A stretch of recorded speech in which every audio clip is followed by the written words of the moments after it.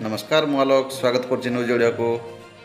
तो दर्शक बंधु झील बाहागर में क्यूआर कोड पिंधि बुलिले बापा ए भिडियो भाइराल होउछि।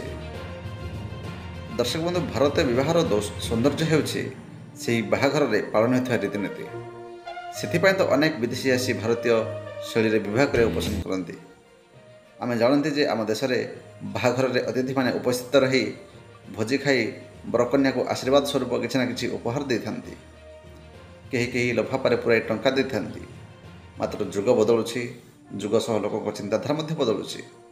निकट में भाइराल होता ए वीडियो बदलुवा जुगर ज्वलंत उदाहरण। वीडियो को देखिले आपण हसिबे जेतिकी मोदी सरकार को कैशलेस नियम पालन होइथिबो बोली स्वीकार भी करिवे।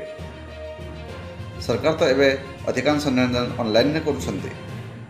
ए वीडियोटी होछि केरलर जने व्यक्ति तांको झीर बह सार्ट रे पेटीएम रे क्यूआर कोड स्टिकर पिंधिया को निष्पत्ति नेथिले, जहाको एक नूतन विवाह धारा बोली कह जाउछि। एही क्षेत्र में लोक माने नवविवाहित दंपति को डिजिटल भाव में आशीर्वाद हस्तांतर करथिबार देखा जाइतिला। यह डिजिटल कारोबार उपरे भारतर बढ़ुवा निर्भरशीलता को दर्शाए। भाइराल वीडियोटी एक विवाह उत्सव दृश्य सहित आरंभ हुए एवं तापरे कैमरा जड़े व्यक्ति पड़े जे तांको सार्ट पकेट रे क्यूआर कोड पेस्ट करी ठिया होइछन्ती। व्यक्ति हसी हसी अतिथि माने आसवा समय क्यूआर कोड आड़ को इंगित करती।